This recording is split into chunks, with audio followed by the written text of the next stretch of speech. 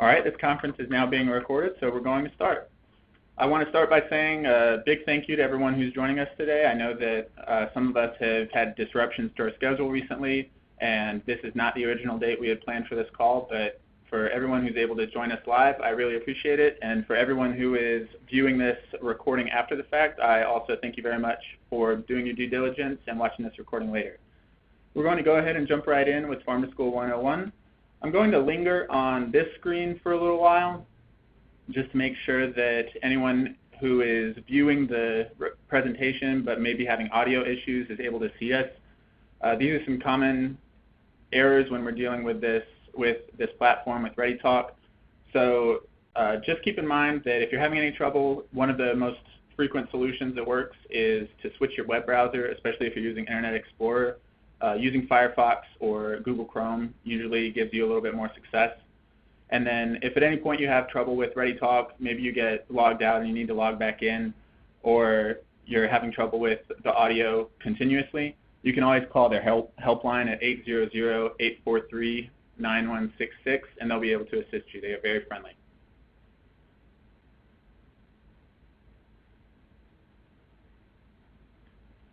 As far as how we're going to work on this webinar, we want to hear from you, but you know that there's no way for the audience to speak where their voice is heard. Fortunately, we have the chat function. If you have something that you want to know, something you're curious about, or if you're having an issue, then you can leave us a message in the chat.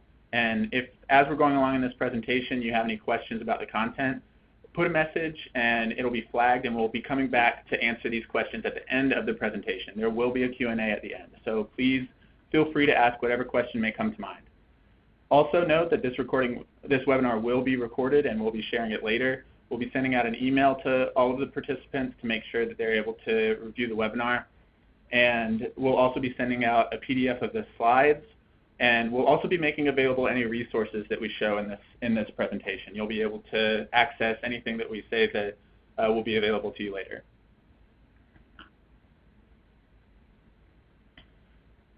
Here's the webinar training schedule, what it looks like for this week on the rescheduled timeline. This today is Farm to School 101. We'll be in this webinar for an hour until 3 o'clock. And then tomorrow will be the reviewer training. Note that the reviewer training tomorrow is a little bit earlier than the other two webinars. It'll begin at 12:30. If you're a reviewer, we look forward to seeing you there. And if you're a team lead, we'll see you on Wednesday from 2 o'clock to 3 o'clock p.m. Eastern Time. And those webinars will also be recorded. So if you have a conflict, that's okay. You'll be able to view the presentation after the fact.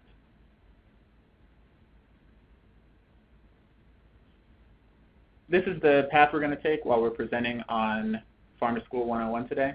We're going to talk a little bit about what is Farm to School, what are the benefits of Farm to School, and what does the Office of Community Food Systems do? What are their roles? What are their functions? How do they contribute to the Farm to School landscape? And then at the end, we'll be taking questions. So as I said, post your questions in the chat. We really look forward to answering them.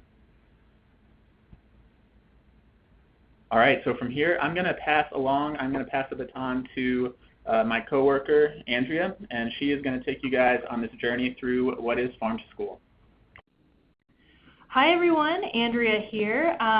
Andrea Alma, formerly known as Andrea Northup, in the process of that transition, so bear with me there. And looking forward to talking with you a little bit about what is Farm to School.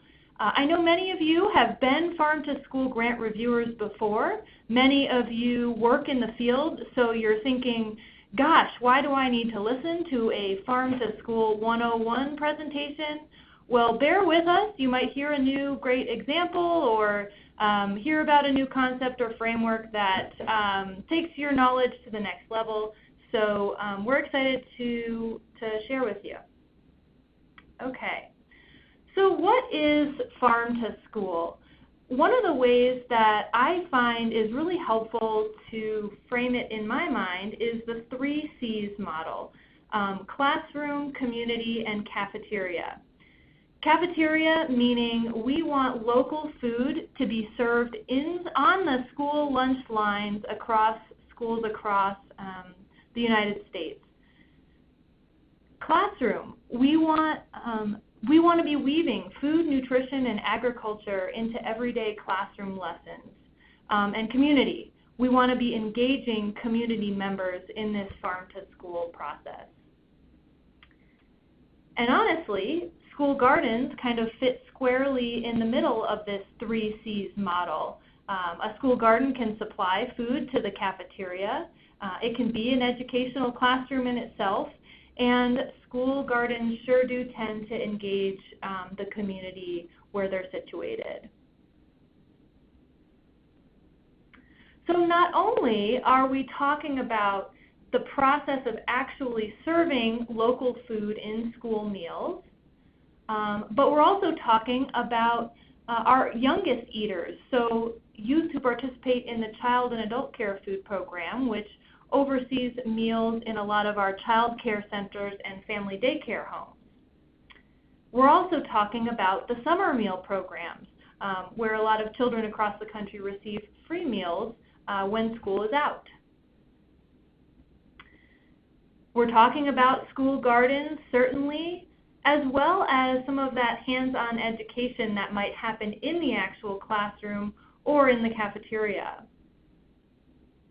Farm to school might involve a farm field trip, so getting kids out to see where their food comes from, and even bringing in farmers to teach kids how food is grown and help them appreciate where it came from. So as I just reviewed here, farm to school can encompass all sorts of things, and I'm going to give you just a few tangible examples of some farm to school programs from my region over here, the Mountain Plains region. All right. So this is a picture from Ferguson, Missouri. This school district really wanted to engage high school youth in culinary job training. So they partnered that effort with their Farm to School program, teaching high schoolers how to process fruits and vegetables for further use during the school year by their school meal program.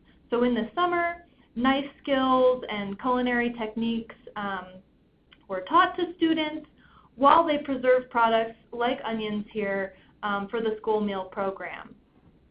They were a Farm to School grantee back in 2016. Let's see here. The Intertribal Buffalo Council was a 2015 Farm to School grantee. They worked to incorporate some of both the traditional heritage and importance of the buffalo in our Native American tribes out here on the plains, and they worked with food service directors and food service staff to find school-scaled recipes that incorporated buffalo so that it could be served in the classroom, in the cafeteria. So we had both that educational component as well as the actual sourcing and serving of the buffalo in the school meals.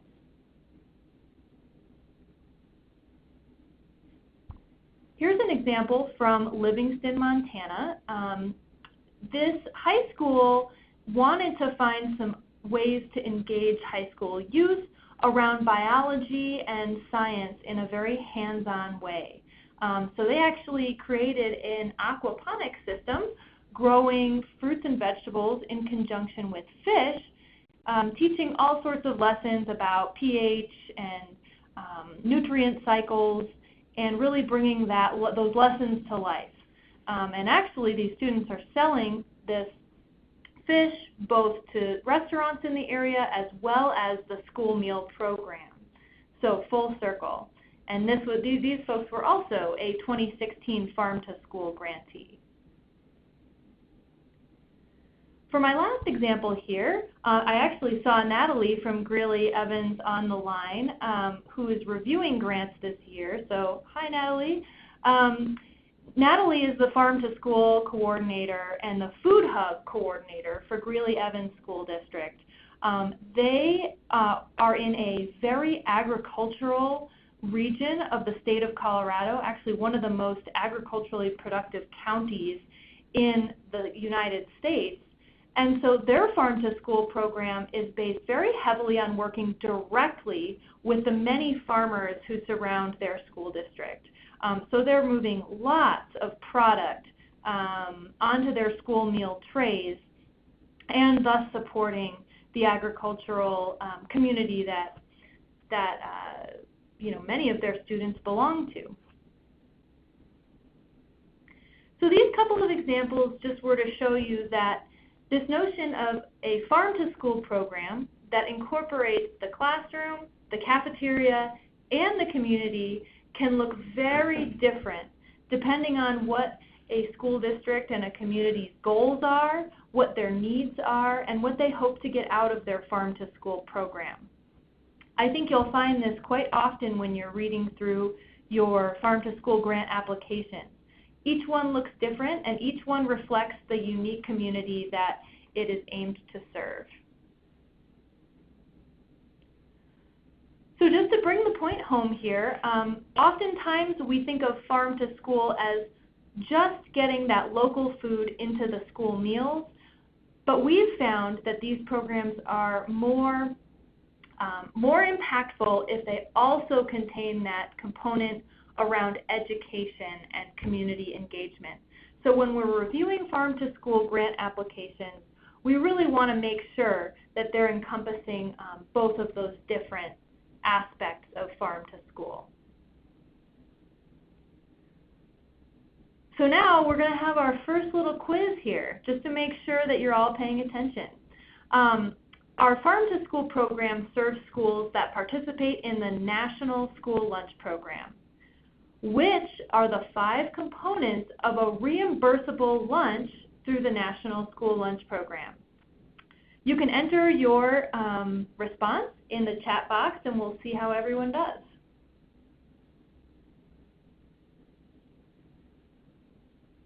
So just type it right in the Q&A. All right, I'm seeing a number of responses coming in. A lot of B's. Oh man, I can't fool you all.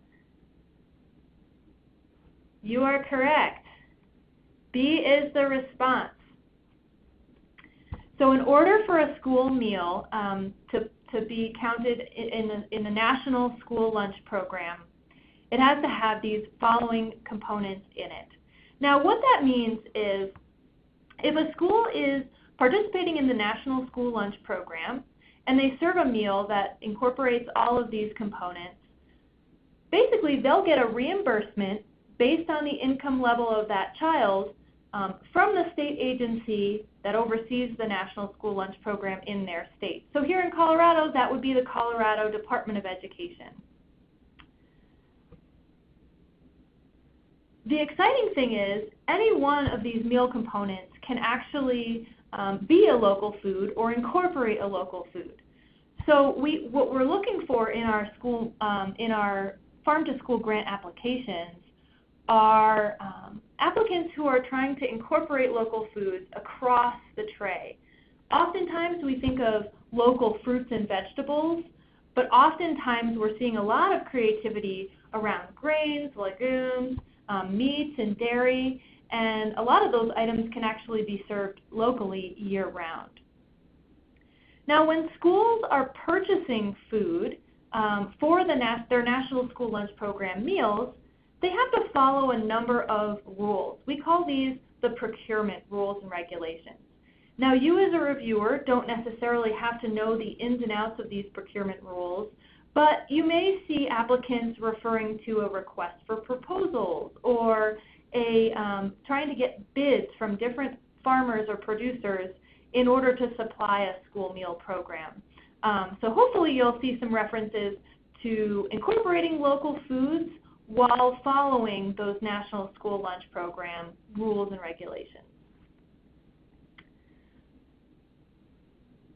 So how is the food actually getting from farms and different suppliers to school districts? And oftentimes we're seeing this happen through the school's regular distribution channels. So let's say they purchase primarily from a large distributor. many of that food can actually be local.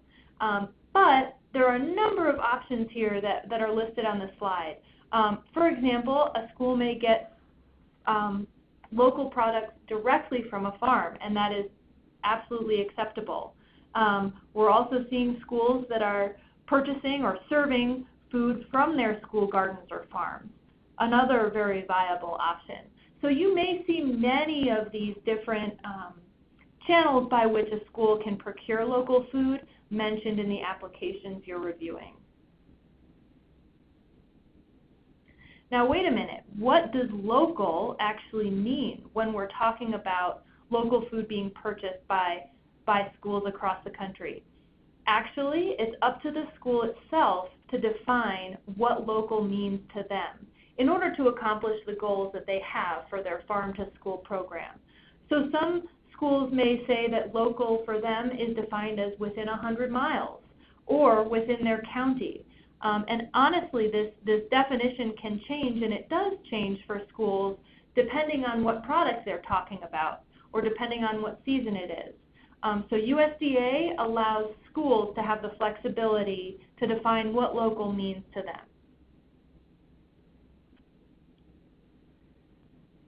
It definitely takes a village to make an integrated farm-to-school program happen, one that incorporates the classroom, cafeteria, and community. And here listed on this slide are a number of different players who work together in concert to make farm-to-school programs happen. And you'll notice that a number of the applications you review involve many different players. And we think that's a good thing. We often see when many partners are working together to make farm-to-school happen, the programs are more sustainable and are more reflective of the true community need.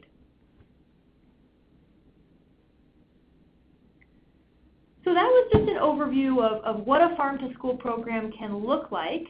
I'd like to switch gears and talk just a minute about the benefits of farm-to-school. So why do we even care to fund these farm-to-school programs?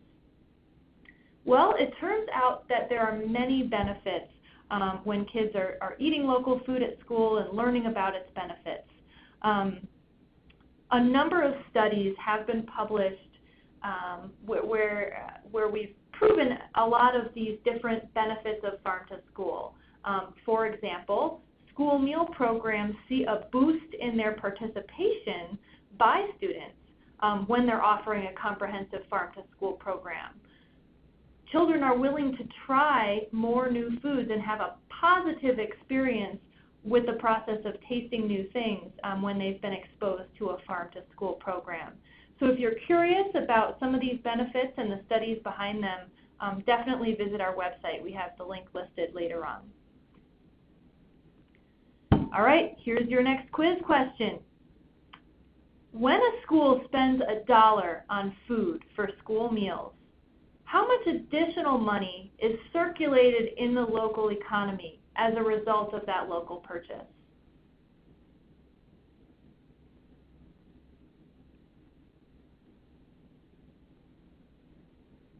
All right, I'm seeing some of the responses come in.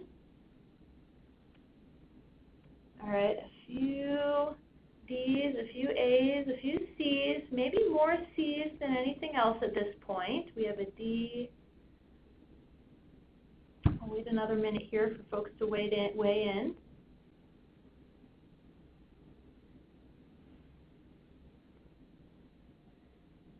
All right, the answer is C. So a number of studies have been done on the economic impacts of local purchases in school meal programs.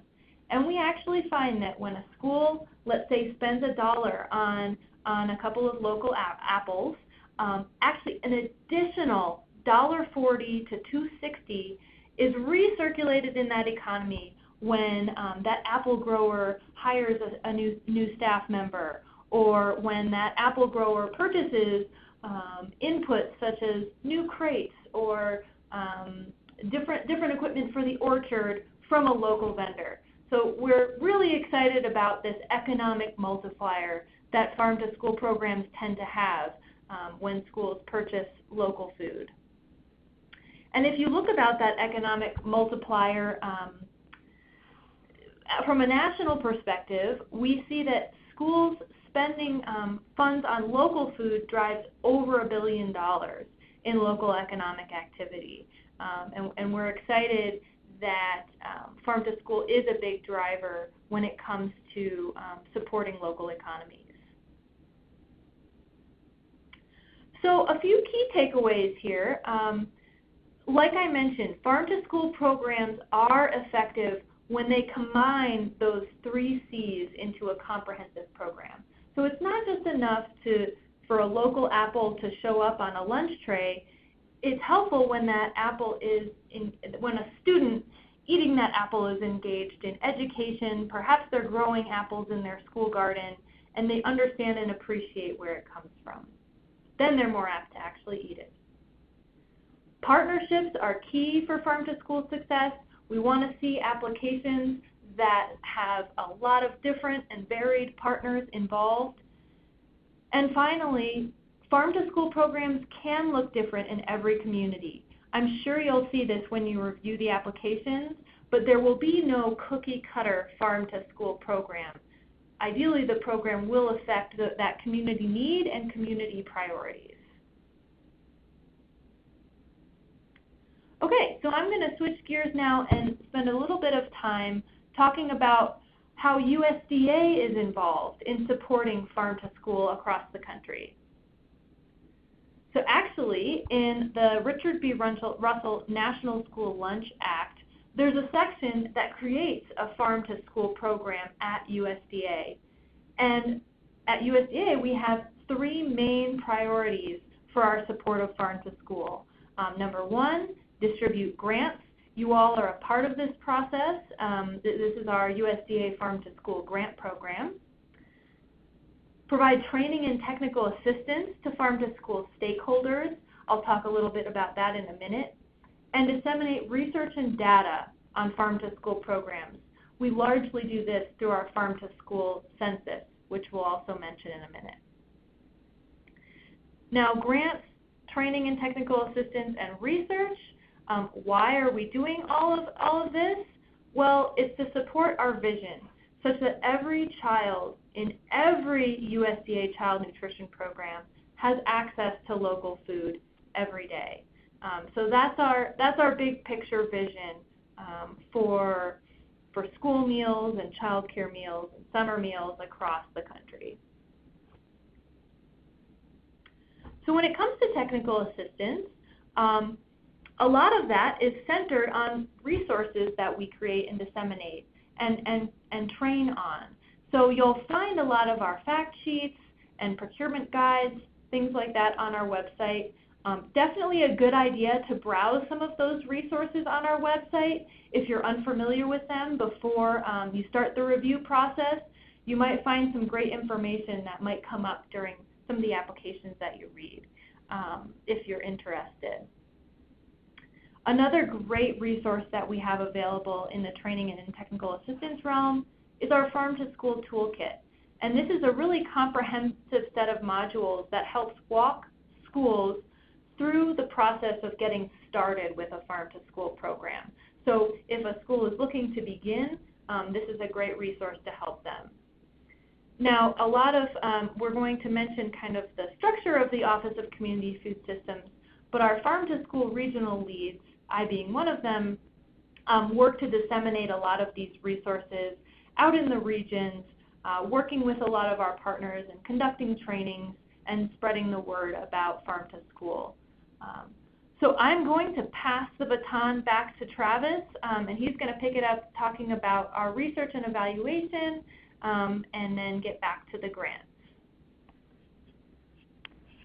Thank you, Andrea. And let me just say I really enjoyed you keeping our audience on their toes with those quizzes and teaching us some interesting facts, so I really appreciate that.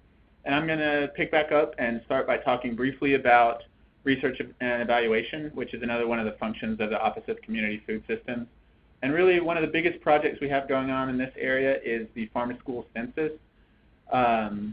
This is just a comprehensive survey that goes out to school food authorities all over the country, and then we collect their responses and see what types of activities are going on, where are the farm-to-school programs happening, and gathering a lot of data and a lot of information about what the landscape of farm-to-school is in the United States.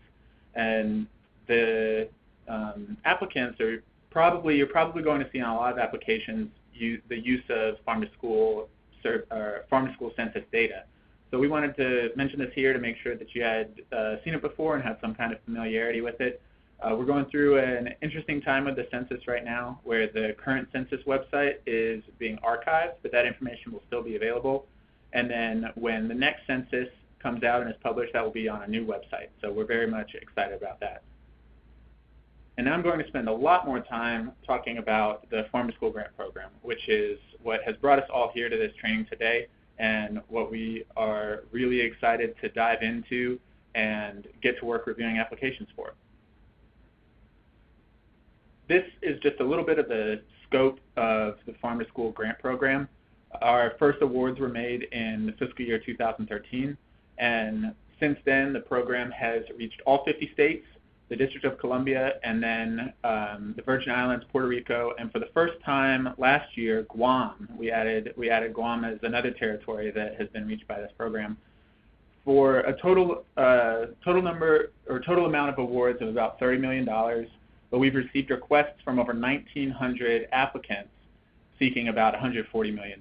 So if you look at the big difference between how much money has been awarded, about $30 million, and how much has been requested, $140 million, you'll see that you'll get an idea of what the selectiveness is of this grant, that we're receiving hundreds of requests each year for millions and millions of dollars, but we're only able to fund a fraction of those. And that's where your job is very much important, and where we really need your help in reviewing these applications.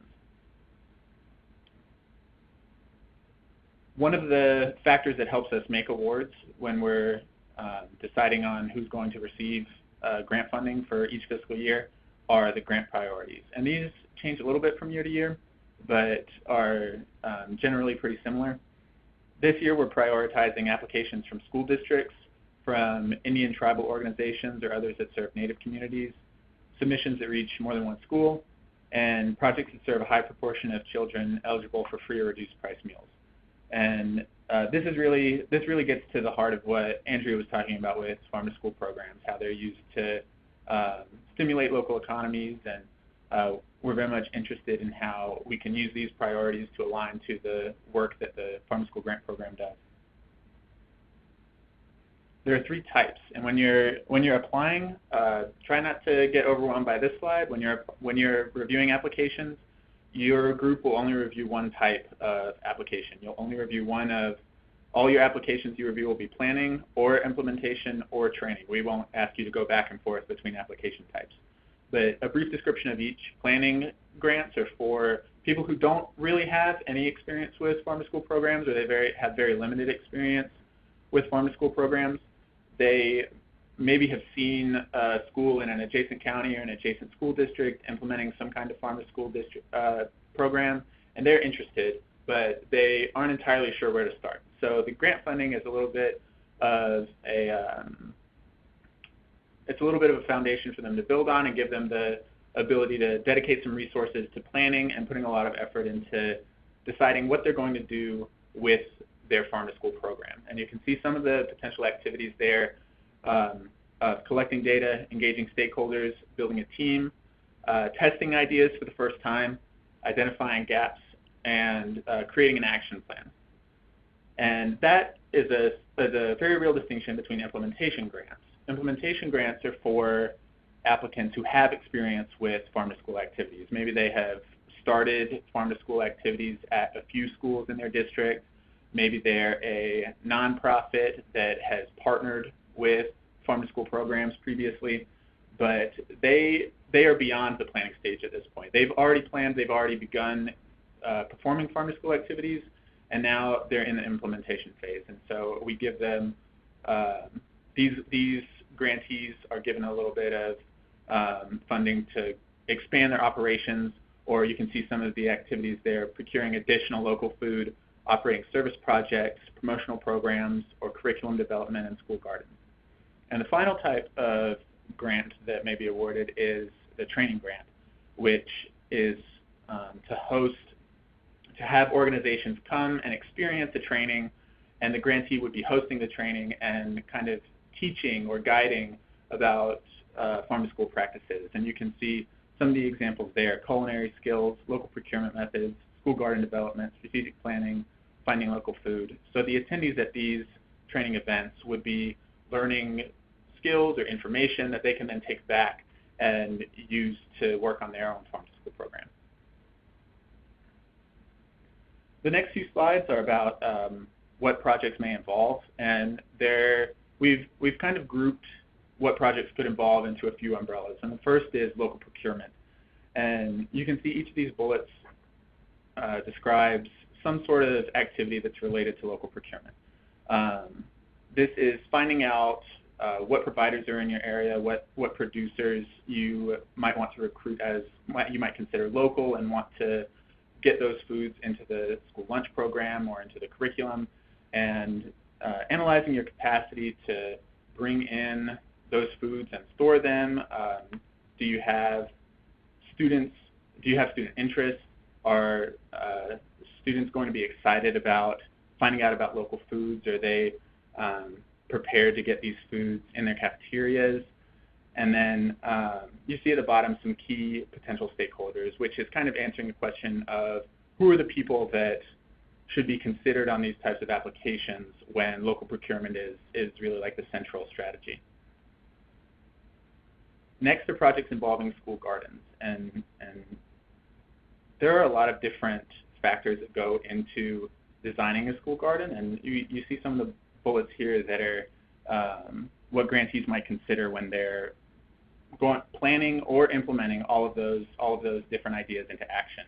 And people can do different things, or grantees rather can do different things with school gardens. They can use them to bring schools into the lunch program, or to use them for teaching students about, they could use as like a science lesson to teach students about the life cycles of plants. The garden, it could also be used as like a work skills type of program, so that students can go and work in the garden. They can find out what it takes to harvest plants and store them, package them, and get a feel of what types of interactions, what types of actions take place when you're growing food. And this is an exciting opportunity for a lot of grantees. And you see again at the bottom some of the key stakeholders who may take part in this type of activity. And then the last chief umbrella that we've sort of grouped all of the types of projects under are experiential activities and curriculum. And this is similar to what I was mentioning earlier. If you want to, if your teachers are training students or teaching students about what types of plants grow locally, what types of plants are used in agriculture, if the teachers are bringing food into the classroom or bringing products from the garden into the classroom. And again, some key potential stakeholders here are the school administration, teachers who may be using products from local procurement or from school gardens in their classroom, and then support organizations like nonprofits, local producers, those types of groups. And I'll talk a little more specifically about what the Office of Community Food Systems, who we are, and give you an idea of what our roles are here at the national office and in the region.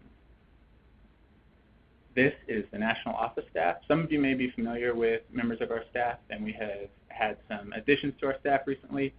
Our director is Aaron Healy. I am there on the bottom left, Travis Hearn. I work in the grant program. We have Tracy Moe is our acting senior technical advisor. She just began today and will be with us for part of the review process.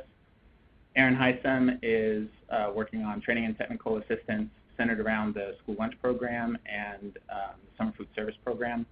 And then Robert is another recent addition to our team. He began around the same time I did, who works in communications, evaluation, and technical assistance centering on CACFP.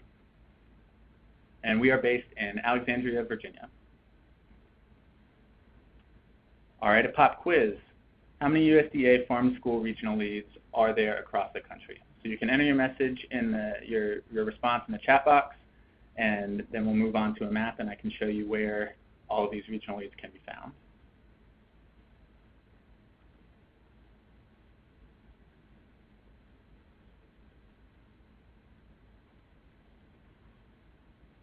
All right, I'm starting to see some answers come through. All right, if you said B, then you are correct today. Now you may notice on this map that I'm showing that we have some faces missing. That's true. We are currently don't have regional leads present in the Northeast Regional Office or the Mid-Atlantic Regional Office, but you can send any questions about those regions through the Farm to School inbox, farmtoschool@usda.gov, and those questions will be addressed. And there are 7 regions, which is important. There are 7 regions, which is important to note. And I'll go through clockwise, starting with Samantha Benjamin Kirk in the Southeast region. She is stationed in Atlanta, Georgia, and serves those states in green. And then Rachel Spencer is in the Southwest Regional Office, based out of Dallas. She serves the states that are in yellow. Juliana Arnett is in the Western Regional Office and based in San Francisco. She serves the states in blue. Andrea, who we heard from earlier on the phone, works with the Mountain Plains Regional Office. She is based out of Denver and serves the states that are in green. And Jenna Siegel is the Midwest Regional Office Regional Lead. She's based in Chicago and serves the states that are in pink. All right, that brings us to the end of our presentation. If there are any questions, enter them in the chat box. We are happy to help you in any way that we can. Please don't hesitate or hold back. We're happy to have your questions, and hopefully we can provide some excellent answers to them.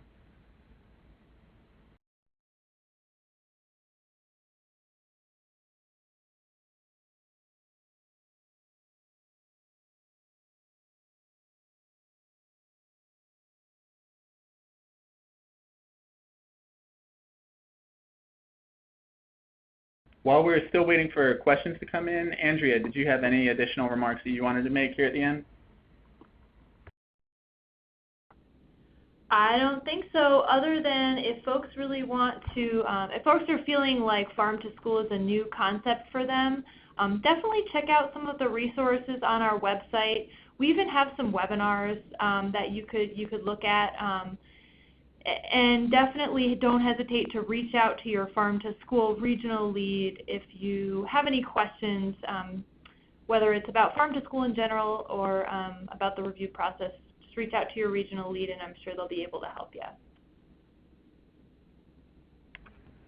Thanks, Andrea. We did get a question come in whether we'll be distributing copies of the PowerPoint, and I'd like to say that yes, we will. We've recorded this presentation, and we'll send out the presentation itself, but we will also send out a PDF of the slides that we use.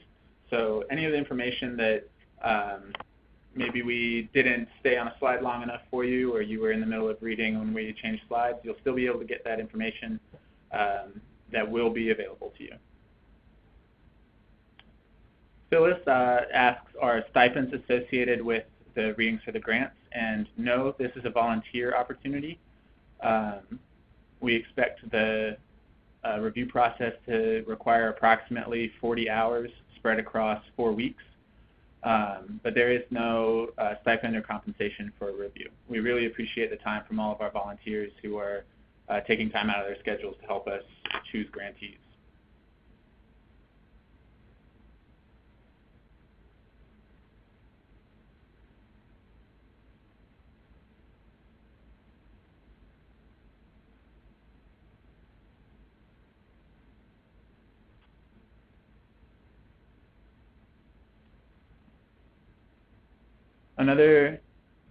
Another issue that I would like to address is that the materials, any of the materials we discussed today, are going to be available during the review process. You will have access to the request for applications, which is where grantees get information about the program before they apply.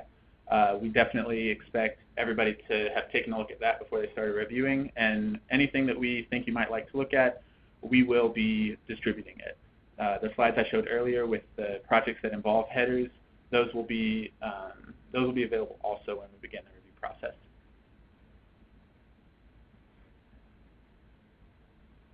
We got another question about whether tomorrow's review training will also be recorded.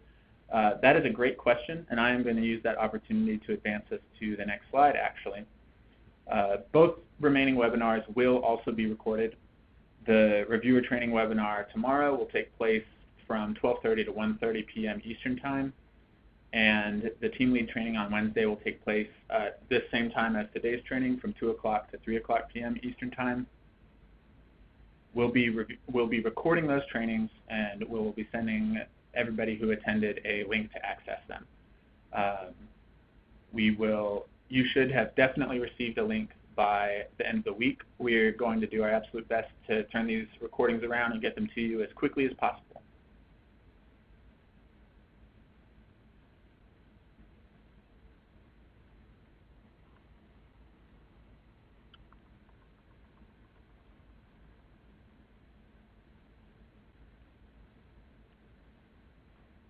Okay, I still have my eye on the chat box in case anybody wants to add an additional question, but we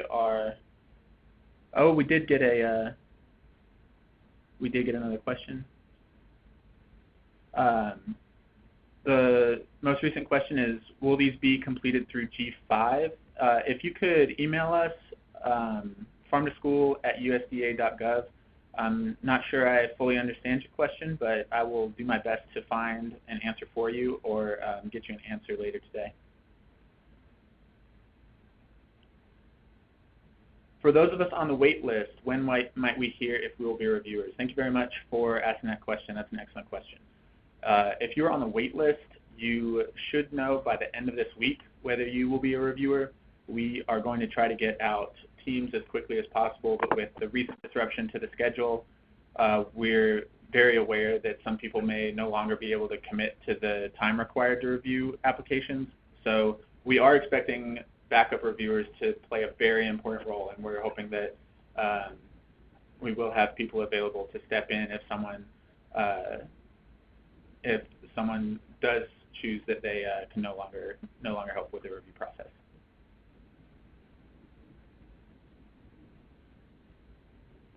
But the answer to your question, long story short, is by the end of the week, hopefully.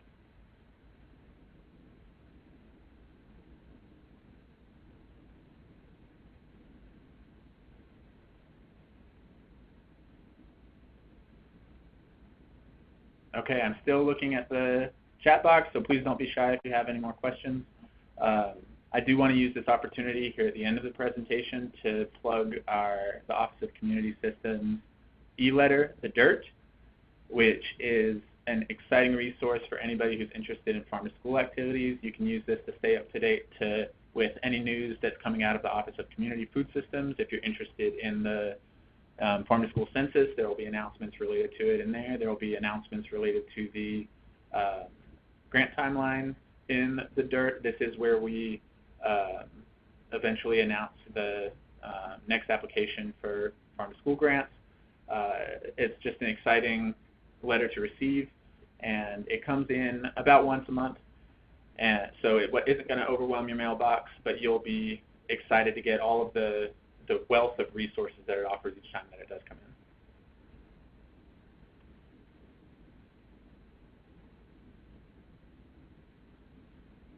in. Okay. We are winding down. If you have any questions, maybe you think of them after we conclude, you can email us at farmtoschool@usda.gov. That's farmtoschool@U as in United, S as in States, D as in Department, and A as in Agriculture.gov. farmtoschool@usda.gov. Deanna, I see your question about priorities and how those priorities will be determined. Those priorities are determined after the review process is done. That's a step that's considered by the selection officials. So that's not something that the reviewers will have to worry about. We have tried to simplify it as much as possible because we know that it is a hefty time commitment. So you don't need to, the reviewers don't need to think too hard about the priorities that will all be taken care of in program office once we receive your scores.